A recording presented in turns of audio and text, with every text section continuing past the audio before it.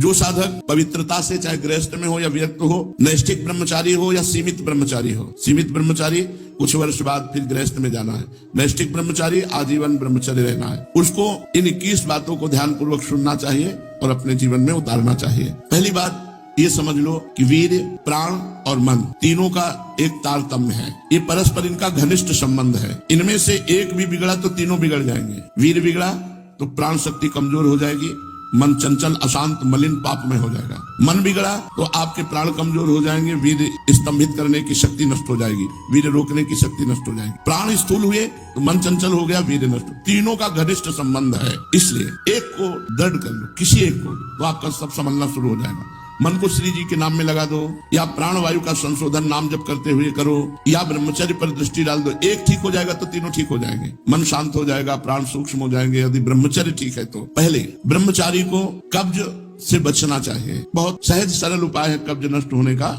इसका हमने वर्षों प्रयोग किया है। वो छोटी हर पीस लीजिए, मिक्सी में पीस लीजिए या सिलबट्टा से पीस लीजिए, सहज पीस जाती है। उसको एक डिब्बे में रख लीजिए और ईसबगोल की भूसी, एक कटोरी में 2 चम्मच ईसबगोल की भूसी डालिए और 1 चम्मच या 1.5 चम्मच छोटी हर डालिए। दोनों को मिला दीजिए और पाउडर ऐसे थोड़ा मुंह में डालिए और दूध से ऐसे ऐसे करके फिर लीजिए, फिर डाल लीजिए। 2 बार में, 3 बार में, 1 बार में, जितने में आप आ जाए। और 250 ग्राम दूध, ज्यादा दूध नहीं, 250-300 ग्राम दूध ले लीजिए और इसको 1 हफ्ता लेते रहिए। अपने आप आंतों को सही करके कब्जियत नहीं होने पाएगी। मल अवरुद्ध होना ही ब्रह्मचर्य के स्तंभित करने में बहुत परेशानी हो जाएगी, क्योंकि वो गर्म और बहुत विकार युक्त होता है।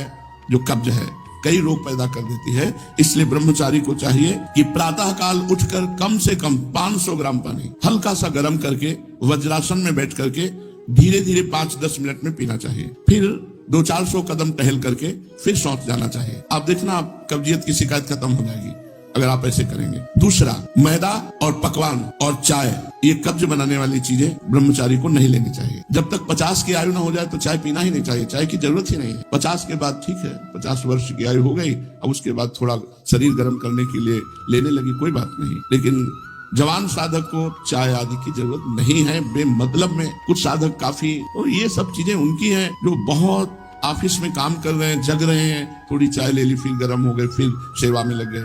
साधक को नहीं लेना चाहिए। ब्रह्मचारी को चाय, कॉफी, ये चीजें, कोई भी व्यसन नहीं लेना चाहिए। तीसरा, अत्यंत आवश्यक हो तो किसी को छुओ नहीं, छुओ मत। रोगी को छूने के लिए कोई परहेज नहीं है। मान लो कोई रोगी है, आप सेवा में लगे हो तो उस समय कोई परहेज नहीं, पूरे बिल्कुल प्यार से उसकी सेवा करो, कहीं कोई तुम्हारा नुकसान नहीं होगा, क्योंकि भगवत भाव से सेवा कर रहे हो। आपने किसी को छुआ तो परेशानी हो जाएगी। इसीलिए बच के भगवत मार्ग में चलना है। अब वो कैसी पवित्रता से है, कैसे विचार वाला है, कैसे आचरण करता है, उसके सारे परमाणु शरीर में है।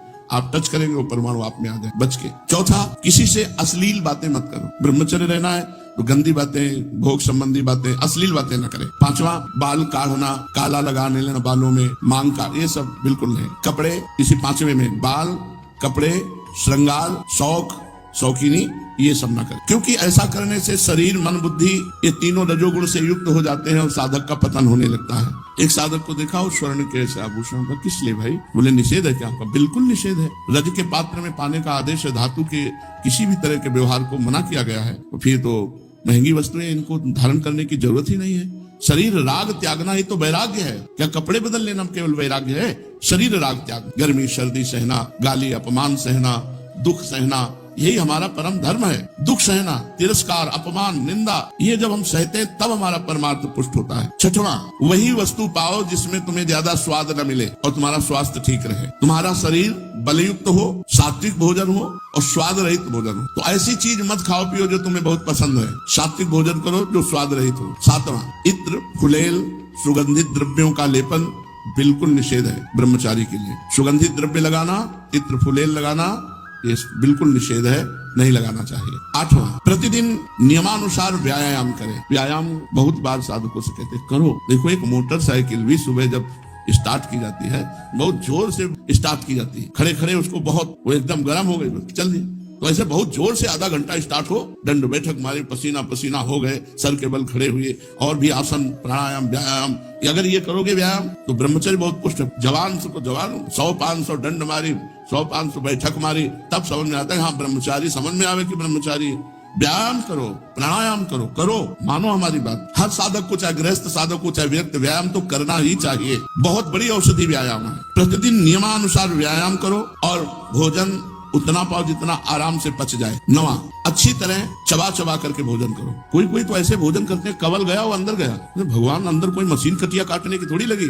आते हैं 32 दांत भगवान ने इसलिए दिए कि 32 बार एक कवल को चबाओ, एकदम महीन लुगदी करके। 2 रोटी भी अगर ऐसे पाओगे तो बहुत बड़ा असर करेंगे, वो आपका पौष्टिकता बढ़ाएंगे।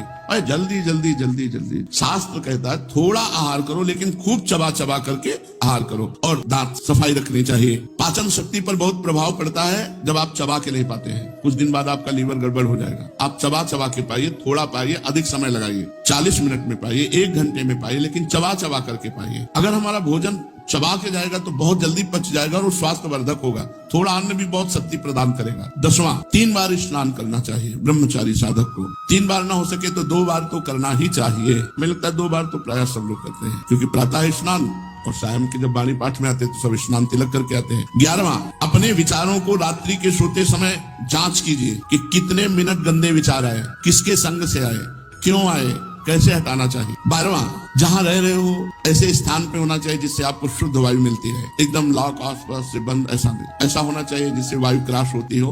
और वायु क्या है उसको कहते हैं अंग्रेजी में, वेंटिलेशन वो हवा क्रॉस होती हो, वेंटिलेशन, हवा क्रॉस होती हो, ऐसा रखना चाहिए अपने कमरे का कि एक दरवाजा खोल दिया, खिड़की खोल दिया, थोड़ा वायु शुद्ध आती रहे। 13वां, प्याज लहसुन ये चीजें भोजन में नहीं होनी चाहिए। अब इसके आगे वाली तो क्या वर्णन करें, मांस मछली, ये तो कभी नहीं खाना चाहिए, खाना ही नहीं चाहिए किसी को भी। प्याज लहसुन घोर तमोगुण पैदा करता है, इसे नहीं खाना चाहिए, ये संतों ने वर्जित किया है। इसमें कोई पाप नहीं है खाने में, पर ये तमोगुण है और भजन में बहुत विरोधी है, इसलिए इसे नहीं पाया जाता। जैसे कुछ संत सलगम नहीं पाते, गाजर नहीं पाते, बैंगन नहीं पाते, क्योंकि इनमें तमोगुण उत्पन्न होकर के भजन विरोधी वृत्ति आने की संभावना है। प्याज लहसुन तो खुला सब संतों ने निषेध किया है, जो हमारे भागवतिक मार्ग में चलने वाले। रात को रसेदार शाक या दही या छाछ नहीं खाना चाहिए रात के समय। ब्रह्मचर्य पालन करने वाले को इमली नहीं खानी चाहिए, किसी भी तरह की खटाई नहीं खानी चाहिए, अधिक तेल का प्रयोग नहीं होना चाहिए, लाल मिर्च नहीं होनी चाहिए, कोई भी गरम मसाला नहीं होना चाहिए। अरे बहुत बड़ा व्रत है ब्रह्मचर्य। ये अत्यंत आवश्यक है कि रात्रि में यदि आप दूध लें तो ना ठंडा होना चाहिए ना गर्म होना चाहिए, बस ऐसे कोश आया होगा हल्का सा गर्म, और उसे पी के 30 मिनट टहलना चाहिए, तब शयन करना चाहिए। दूध पी के 30 मिनट टहलना चाहिए। 14वां, दोपहर के समय भोजन के बाद चाहे 15 मिनट ही विश्राम करना चाहिए। वैसे वर्णन है 16 दाई करवट, 32 श्वास सीधे और 64 बाई करवट, इतने में 15 मिनट हो जाएगा, या कम में भी हो सकता है। कम से कम भोजन के बाद 15 मिनट तो विश्राम करना ही चाहिए मध्याह्न में।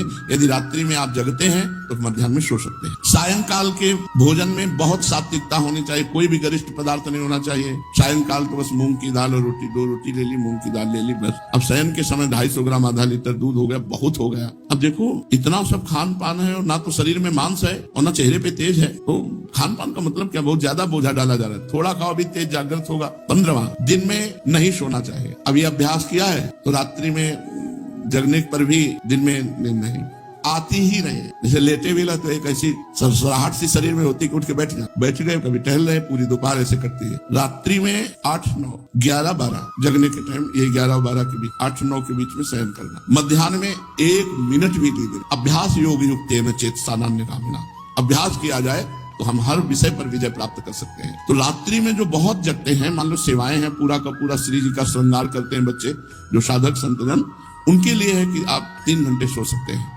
रात्रि में बिल्कुल शयन नहीं हुआ तो दिन में आप आराम कर सकते हैं, सो सकते हैं। और जिनको रात्रि में 4 घंटे सोने को मिला, 5 घंटे, वो 15 मिनट विश्राम करके बस बैठ जाओ, इतना भोजन पाओ, 15 मिनट विश्राम किया, 16 श्वासें दाहिनी करवट, 32 श्वासें शवासन में सीधे और 64 श्वासें बाएं करवट में, इतने में आपका शास्त्रीय सिद्धांत से विश्राम मध्याह्न का हो जाएगा। 16वां, भोजन के पहले लघु शंका कीजिए, अच्छे से हाथ धोइए, पैर धोइए, हाथ धोइए, कुल्ला कीजिए, तब भोजन पाने जाइए।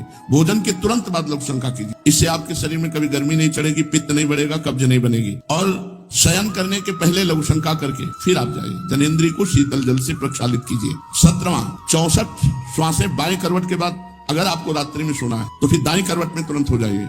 बायां स्वर शीतल नाड़ी चलेगी, चंद्र नाड़ी, इससे आपको स्वप्न दोष नहीं होगा। आप देख लीजिए ऐसा करके 16 श्वासें दाईं करवट, 32 शवासन, 64 बाई, अब सोना है आपको तो तुरंत फिर दाई करवट हो जाइए और दाई करवट सोने का अभ्यास कीजिए। जो 18वां, रात्रि में पहली नींद के बाद जहां नींद खुल जाए दोबारा मत सोइए, बैठ जाइए आप और जप कीजिए, भजन का अभ्यास कीजिए। ये जीवन भर रही है वाणी हमारे साथ, तो यही अभ्यास पूज्य पादुड़िया बाबा की आज्ञा से यही अभ्यास, आज भी यही अभ्यास भगवत कृपा से है। तो इसीलिए 11 से 12 का जितने में नींद खुली, बस जहां घड़ी पे दृष्टि पड़ी 11 के ऊपर, तो बस फिर बैठ, बराबर तो बैठ नहीं सकते घंटा 2 घंटा, तो फिर थोड़ा 4 कदम टहले, फिर बैठ गए। ये लड़ाई है। नींद से लड़ना, भोजन से लड़ना, काम क्रोध से लड़ना, भगवान के लिए हम इन सब सुखों का त्याग करते हैं जो लौकिक सुख है। रात्रि में निद्रा भंग हो जाने पर साधक को पुनः नहीं सोना चाहिए, नहीं तो स्वप्न दोष होने की संभावना है। साधक को चाहिए समाचार न सुने, टीवी न देखे, कोई सीरियल न देखे, अश्लील पुस्तकें न पढ़े, ये नहीं कर, साधक को नहीं। हमें सब कुछ भूलकर अपने प्रभु की याद में डूबना, चाहे गृहस्थ हो चाहे विरक्त हो।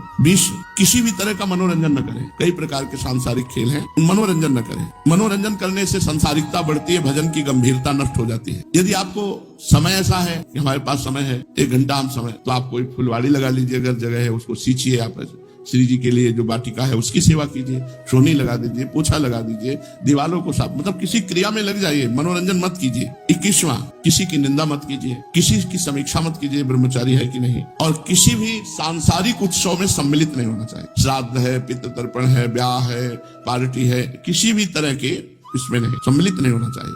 हमें सम्मिलित होना है भगवत भक्तों की, जहां लीला कथा हो रही भगवान की, उस सभा में, हमें सांसारिक संबंधों की सभाओं में नहीं। लो बाबा निमंत्रण है, आप आ जाइए ब्याह में, किसी के भी ब्याह में सम्मिलित होना, पार्टी में सम्मिलित होना, मुंडन के उत्सव में सम्मिलित होना, पितृ तर्पण आदि के, श्राद्ध आदि के, किसी में भी नहीं, किसी भी ऐसे उत्सवों में सम्मिलित नहीं होना जिनका संबंध संसारिक क्रियाओं से है। ब्रह्मचारी उपासक को चाहिए कि बस केवल भगवत भक्तों की जहां मंडली है, भगवत चर्चा है, रसिक मंडली में या तन को नीके ढंग लगाओ, क्योंकि वहां आपकी वासनाएं नष्ट होंगी और भगवत आराधना होगी। पार्टियों में जाओगे, लोग ऐसे वैसे, रजोगुणी कपड़े, रजोगुणी भोजन, तुम्हारा बुद्धि चलायमान हो जाए। क्या हुआ, रसेंद्री का ही तो स्वाद है। अरे मारो घाटी नीचे माटी, बस ऐसे 2 अंगुल जीभ का स्वाद है, यहां से गया खत्म, नरक। तुरंत उल्टी करो तो गंदा, और 6 घंटे रुक जाए तो गंदा ही गंदा।